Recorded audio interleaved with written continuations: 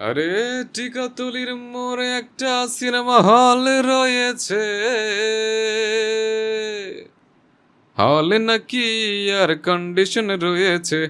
আরে টিকাতুলির মোড়ে একটা হল রয়েছে। হলে নাকি এয়ার কন্ডিশন রয়েছে। ও ভাই, একদিন গেলাম সিনেমা দেখতে, আর রিক্সা থেকে নেমে দেখি হলে একটি সুন্দরী মেয়ে দাঁড়িয়ে আছে। হঠাৎ দেখি সেই মেয়েটির চোখে আমার চোখ পড়েছে।